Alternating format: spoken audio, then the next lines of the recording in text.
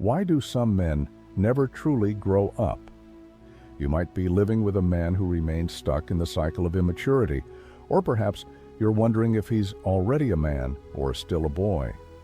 Carl Jung explains the behavior of the immature man in a way you've never seen before. What prevents him from growing up? What patterns does he repeat without realizing? In this video, we'll explore the mysteries behind immature behavior and what can actually be done to change it. Stay until the end. You won't want to miss what comes next. The eternal boy archetype, puer aeternus. There's a type of man who charms at first sight. He's light-hearted, fun, passionate about life's possibilities. He talks about dreams with a sparkle in his eyes, as if he's already living all of them. But when the subject changes to commitments, deadlines, or difficult decisions, his tone shifts. This is the eternal boy archetype, an adult who, regardless of his age, seems to live in an eternal not yet, as if always waiting for the perfect moment to become who he's meant to be. But that moment never arrives. This man avoids structure like someone avoiding a maze. He's a master at starting things, but rarely finishes them. His life is full of drafts, projects that never leave the drawing board, relationships that promise everything but don't last, and a routine that resembles an improvisation field. Sometimes he himself believes he's just exploring, finding himself, or waiting for the call. But behind this narrative lies a deep resistance to growing up, as if growing up meant giving up the magic. And here's the sensitive point: he's not pretending. This enchantment is real, and it's exactly what holds him back. The eternal boy doesn't reject maturity out of malice, but out of fear. Fear of losing his lightness, of facing frustrations, of discovering his limitations. What he hasn't yet realized is that running from the pain of growing up is what maintains the pain of emptiness. And it's precisely in this gap where the next dilemma lives. It's not that he lacks talent, he just can't act with consistency. Stuck in transition, not in action. He has brilliant ideas at breakfast, dazzling daydreams in the afternoon, and revolutionary promises in the middle of the night. The man-child's mind is a storehouse of possibilities. He speaks like a visionary, acts like an artist, and enchants like a storyteller. But when it's time to transform dreams into practice, he stalls. He stands frozen at the threshold between what could be and what really is. He lives in the draft but dreads the final version. It's in this in-between place that he feels safe. In transition, he can continue idealizing without ever having to deal with the frustration of imperfection. Commitment? Postponed. Routine? A threat, responsibility. A burden he'd rather delegate. So he dives into courses, starts projects, moves cities, or even changes vocations, all hoping to find something that doesn't require stability. And the curious thing is, the more he seeks freedom, the more he imprisons himself in immaturity. For those who live with him, it's like watching a rocket tethered to the ground by invisible wires, and he swears he's almost there. But there's always something missing, a detail, a push, a sign from the universe. If he read, for example, The War of Art by Stephen Pressfield, he would understand that resistance is the true enemy of the creator. The lack isn't of talent, but of structure. And that's exactly where freedom becomes a disguised trap. But this, of course, he's not yet ready to see. Fear disguised as freedom. He says he loves being free, that he wasn't born to be bound by rules, that routine is poison, and that commitment kills creativity. But if you look closely, you'll see that this discourse hides something deeper. Fear. Fear of being judged, of failing, of not being good enough. So he dresses fear in a pretty cloak of independence. And thus he convinces himself and tries to convince others that he's in control. The problem is that this freedom is nothing more than disguised escape. He changes jobs before results are demanded. He disappears when feelings deepen. He gives up when things start going well. The pattern is clear. He flees whenever he feels he might be exposed. Because growing up means facing your own vulnerability, and that requires more courage than he's willing to practice. So he hides behind beautiful phrases like, "I'm too intense for this world," or "Nobody understands me."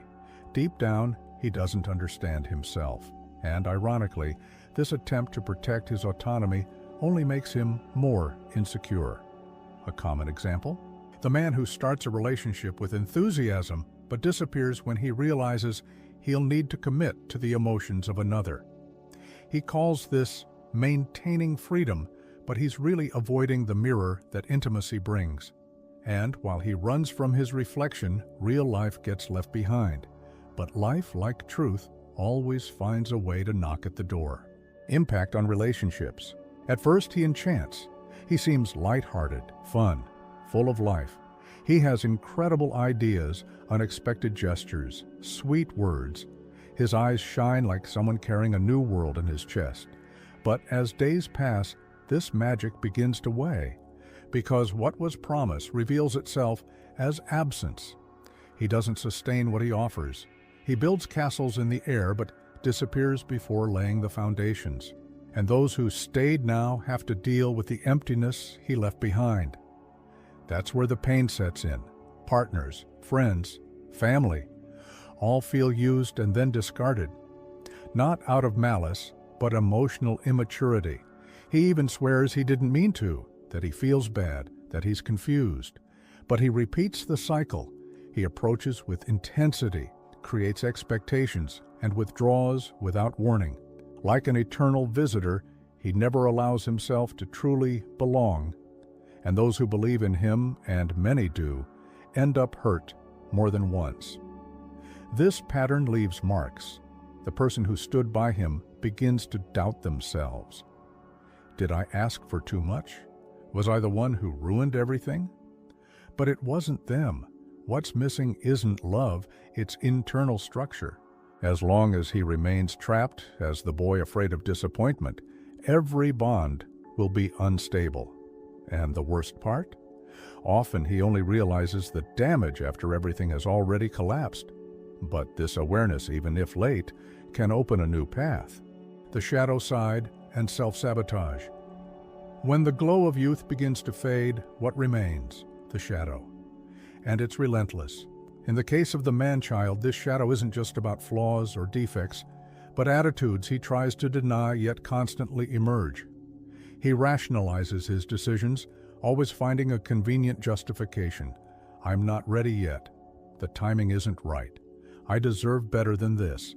Each excuse, however, adds more weight to his emotional baggage. This self-sabotaging behavior is insidious. As opportunity approaches, the man-child pulls away. When responsibility arises, he pretends not to see.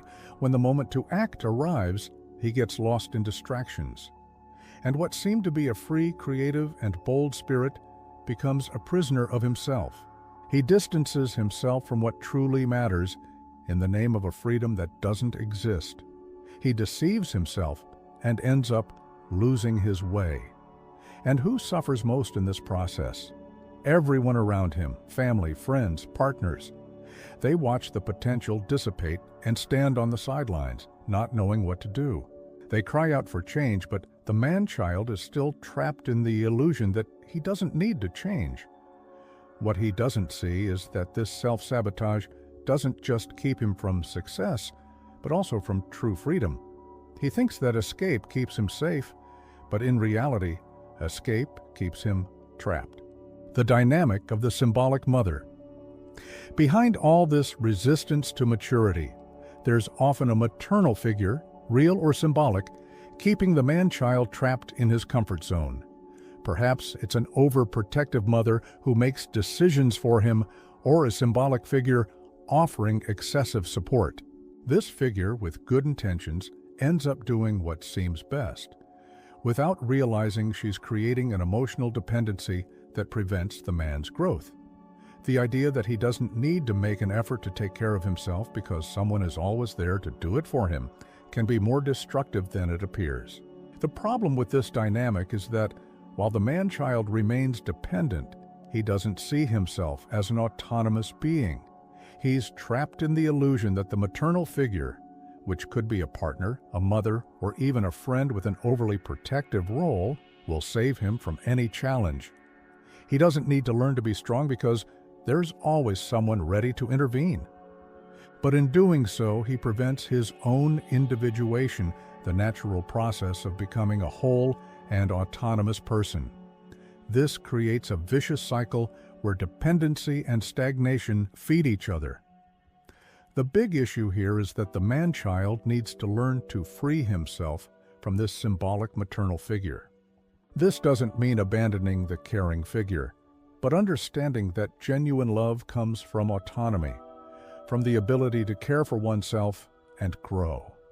He needs to face his fears, his failures, and his responsibilities without expecting someone to do it for him. Only when he confronts this dependency can he take the next step toward true maturity and freedom. But of course, this is a painful step and perhaps the most difficult of all, the call to grow. There comes a moment in the life of the man-child when he can no longer escape what Jung calls individuation, the painful process of becoming who he truly is. For this to happen, he must abandon his illusions and face his true essence head-on, without the disguises of youth or idealization of the future. Individuation requires him to accept his shadows, fears, and limitations and begin to build a real life, grounded in mature choices, no longer in unrealistic dreams. This call doesn't come from outside. It emerges from within, like a persistent voice that cannot be ignored. What prevents many men from answering this call is fear. Fear of suffering, fear of loss, fear of not being capable. But the truth is that without this journey, they will never become complete. And no matter how much they try to protect themselves in their comfort zone, life will push them out of it. True growth comes when he chooses to no longer be the eternal boy, but the man capable of facing his own challenges. This doesn't mean setting aside creativity or enthusiasm, but channeling them in a way that builds something lasting, not an illusion. Individuation also brings the understanding that life isn't made up only of moments of pleasure or great achievements. It's made of moments of effort, overcoming difficulties, and confronting one's own weaknesses. And this understanding is liberating because by facing these challenges with courage, the man begins to realize that he's not alone in the process. He's connecting with something greater, with his true nature and with life's deeper purpose. This path is demanding, but it's through it that he can finally leave behind the inner child and embrace his adult version. True freedom requires structure. Real freedom, contrary to what many imagine, isn't simply doing what you want at any cost. It's actually a commitment to responsibility, building an internal structure that supports growth and progress. The man-child, in his relentless pursuit of freedom, often forgets that true freedom comes when he can handle life's responsibilities instead of running from them. By facing commitments and obligations consciously, he gains control over his life rather than being controlled by his own fears and immaturity. Often, avoiding responsibilities is disguised as freedom, as if he were escaping the prison of a structured life. But by seeking only freedom without discipline, the man ends up trapped in a cycle of frustration and dissatisfaction. He experiences brief moments of pleasure, but lasting satisfaction only comes when he creates a solid foundation for his life. And this involves facing daily challenges with courage, knowing that in doing so, he's shaping a more stable and powerful future. True freedom is built, not found. This building process requires the man-child to understand that he's not giving up his freedom to be trapped by routine. He's actually creating the freedom to be who he truly is without the constraints of uncertainty and immaturity. When he learns to manage his responsibilities, his life becomes more meaningful, and in doing so, he moves closer and closer to his true essence, that mature and authentic man he has always wanted to be. There are no shortcuts, only the ongoing commitment to create something real, something that lasts. Now it's time to reflect on everything that's been shared. The journey to maturity and true freedom isn't easy, but it's essential. Perhaps you recognize yourself in some of these behaviors, or maybe you're living with someone who displays these characteristics. Either way, transformation begins with awareness. What can you do to better deal with these situations, whether within yourself or around you? How can we all contribute to each other's growth and evolution? If you want to continue exploring these themes and gain more tools to handle these challenges, subscribe to the channel and turn on notifications. Don't miss the next video, which will bring even more insights about maturity and personal development. And be sure to check out the video in the end screen. The journey continues.